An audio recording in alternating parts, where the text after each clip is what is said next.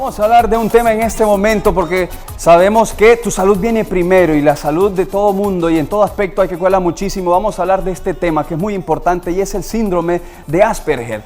¿Qué es? ¿Cuáles son los síntomas? ¿Cuáles son las causas? ¿Y cómo tratarlo? Y para eso recibimos en la Casa de Bienvenida a la Mañana al especialista de la casa, neuropsicólogo Ricardo, nuestro amigo Ricardo. Ricardo, ¿cómo estás? Otra vez, bienvenido a la Casa de Bienvenida a la Mañana. Muy bien, José, gracias por tenerme. Ricardo, ¿qué es este síndrome de Asperger?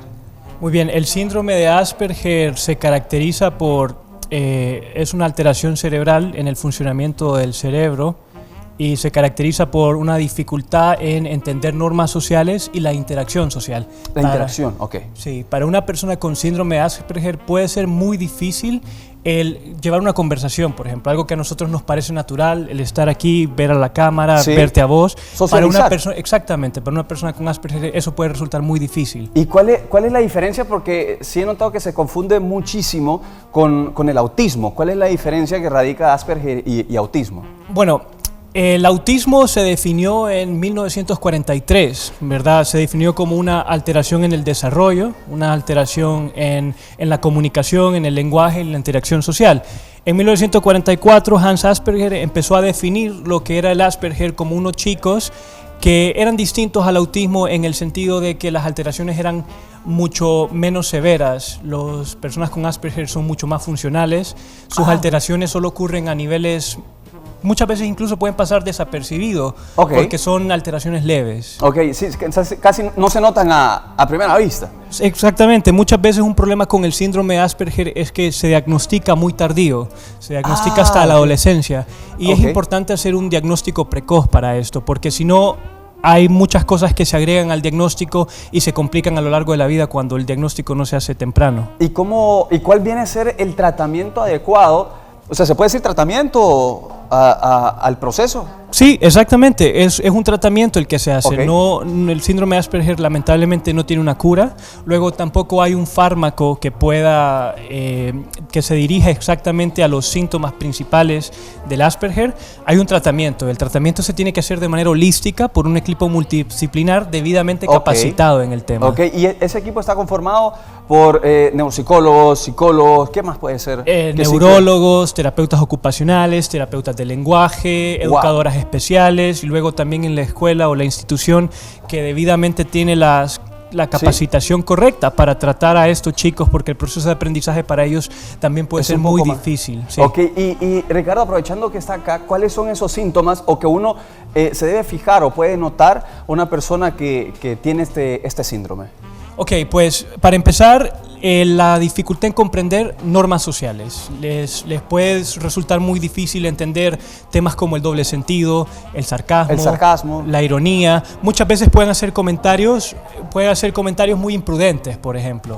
¿Y ellos no lo sienten? Exactamente, para ellos es perfectamente natural y después dicen algo que vos notás que está fuera de lugar y vos decís como que, bueno, ¿y aquí qué pasa? Entonces, estas personas también pueden ser muy inflexibles, pueden tener dificultades en sacar de su propio razonamiento, pueden tener cosas obsesivas que solo les gusta hablar acerca de esos temas y conductas que suelen ser muy repetitivas. Todas estas cosas hacen que para ellos sea muy difícil el adaptarse a distintos ambientes. Y tomando en consideración eso, la adaptación y de socializar, ¿se puede llegar a un nivel académico alto si se padece del síndrome de Asperger? Sí, una de las características que se hace normalmente y a veces se tiende a confundir también es que en realidad los síndromes de Asperger tienen un CI muy elevado, un cociente intelectual, es decir, son muy inteligentes. Sí es cierto que hay muchos de estos chicos que tienen niveles intelectuales elevados, luego hay otros que son promedios y eso es variable como todo, pero en ocasiones sí, hay algunos que pueden incluso ser catalogados como genios. Bueno, de hecho, en una serie famosísima, y lo comentaba de Big Bang Theory, Sheldon es una persona entonces que tiene Asperger.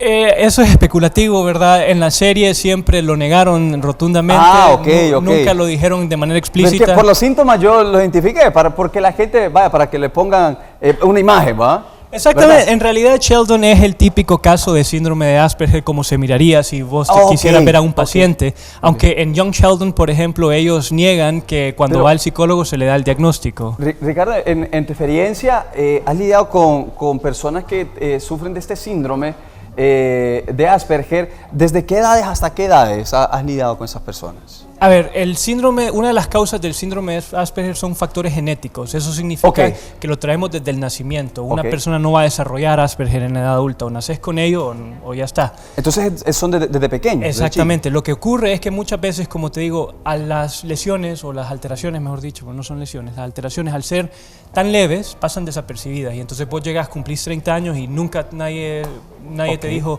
hombre, seguro que algo más anda mal con vos, y de repente llegas donde un profesional por otra razón que nada que ver, y el profesional te dice, anda, revísate esto, te manda una evaluación, y entonces ahí ya vas notando. Exactamente, esa ahí es donde se observa y vos decís, ok, aquí está, este es el problema. Y el primer paso del tratamiento, ¿cuál sería? O sea, obviamente el diagnóstico te dicen, ¿y cuáles son los primeros pasos? ¿Hablarlo o cómo haces que la gente capte, juego? Y sobre todo porque están tan pequeños. Claro, se hace un entrenamiento en habilidades sociales, ¿verdad? Y luego se hace también psicoterapia racional emotiva o cognitivo-conductual, que normalmente son los primeros pasos que ayudan al proceso de tratamiento. Y después de ahí en adelante, pues hay una serie de pasos que son un poco más complejos. ¿Y esos ejercicios, los primeros ejercicios, cómo son? ¿Para platicar con alguien más, romper el hielo o cómo? Sí, son cosas que vos deberías de manejar bastante bien como presentador. De básico. Tiene que ver con el contacto visual, el saludo, contacto corporal, exactamente, el saludo, el tono de voz, la inflexión, entonación. Claro. Todas estas son características. El espacio personal. Exactamente, todas estas son características que tienen que ver con estos aspectos. Y para ese tratamiento no hay edad, o sea, es decir, para empezar el tratamiento el niño tiene que tener 9 años o tiene que tener 5 años o se puede empezar desde cualquier edad. Hombre, se empieza de cualquier edad, ¿no? Pero lo ideal es que se empiece entre más temprano mejor, que se diagnostique alrededor de los 6 a 7 años más o menos. ¿Verdad? En autismo se habla de un diagnóstico más temprano y empezar la intervención alrededor de los 2 años, ¿verdad? Bueno. Pero entre antes sea, mejor será, porque se pueden aprovechar más ciertos recursos. Perfecto. Ricardo, eso es importantísimo, esos detalles y sobre todo los síntomas que nos acabas de presentar. Si alguien tiene alguna duda o quiere asistir para llevarlo directamente con vos, Ricardo, ¿a dónde se pueden abocar? Bueno, estamos en el Hospital del Valle, en el consultorio 504, ¿verdad? Como el código de área de Honduras.